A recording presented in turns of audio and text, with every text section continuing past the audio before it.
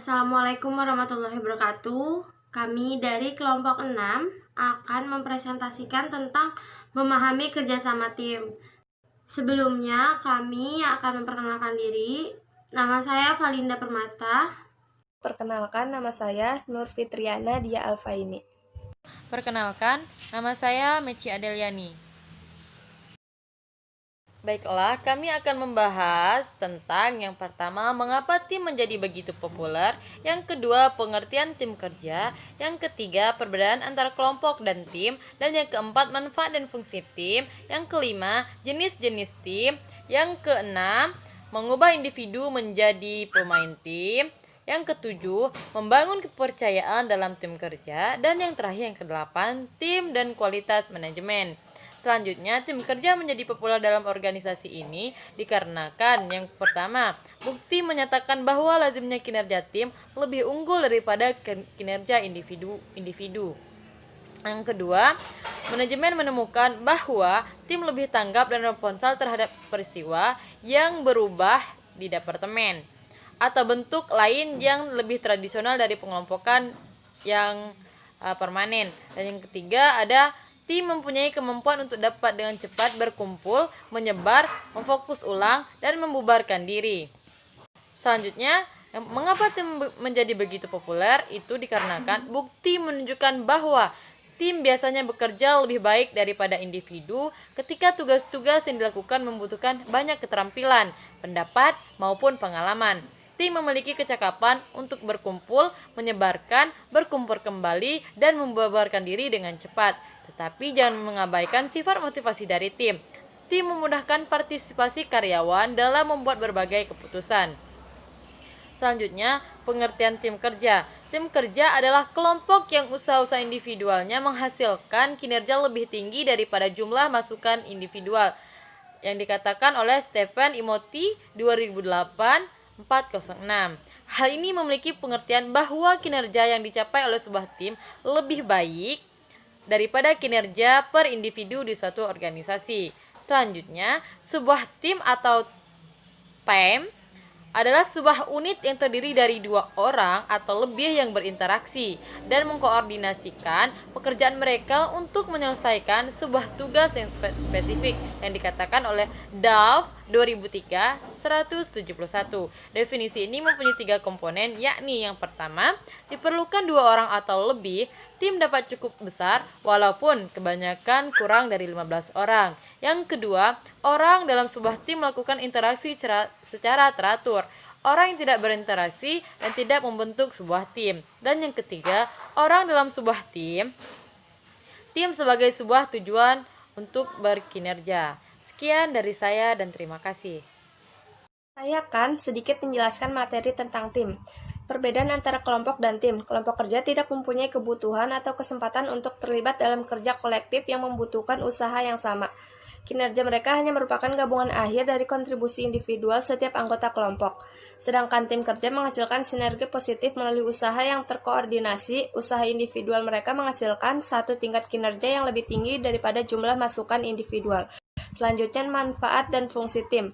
Bekerja dalam tim dapat dimanfaatkan untuk pengambilan keputusan, merundingkan, dan bernegosiasi. Yang pertama, manfaat bekerja dalam tim. A. Bagian organisasi tim. Meningkatkan produktivitas kerja, meningkatkan kualitas kerja, meningkatkan mentalitas kerja, meningkatkan kemajuan organisasi. B. Bagi anggota tim. Tanggung jawab atas pekerjaan ditanggung bersama.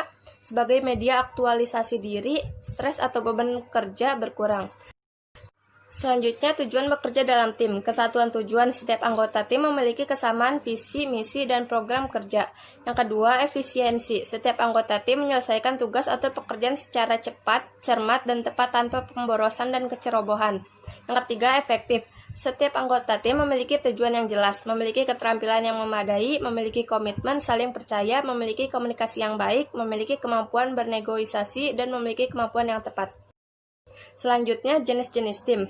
Jenis-jenis tim ada 4. Yang pertama, tim penyelesaian masalah. Kedua, tim kerja yang mengelola diri sendiri. Ketiga, tim lintas fungsional. Keempat, tim virtual. Selanjutnya, saya akan membahas tentang mengubah individu menjadi pemain tim. Yang pertama itu tantangan. tantangan terbesar dalam membentuk pemain tim adalah ketika kultur nasional sangat individualis dan tim diperkenalkan ke sebuah organisasi yang kokoh dan dari dulu menghargai pencapaian individual. Dan yang kedua itu membentuk pemain tim. Jadi pertama itu seleksi, pelatihan, dan penghargaan. Jadi di dalam membentuk pemain tim itu kan tadi ada seleksi, pelatihan, dan penghargaan nih di atas. Nah, seleksi itu ketika memperkerjakan anggota tim selain keterampilan teknis yang dibutuhkan untuk mengisi pekerjaan tersebut, kita juga harus memastikan bahwa calon karyawan itu bisa memenuhi peran-peran tim mereka. Begitu pula dengan berbagai persyaratan teknis. Jadi diseleksi dulu gitu. Lalu selanjutnya itu pelatihan. Para ahli pelatihan mengadakan berbagai pelatihan yang memungkinkan karyawan memperoleh kepuasan yang didapat dari kerjasama tim. Mereka biasanya memberikan lokakarya atau kayak workshop gitu, kayak semacam seminar untuk membantu karyawan meningkatkan keterampilan, menyelesaikan masalah komunikasi, negosiasi, serta manajemen konflik dan pelatihan.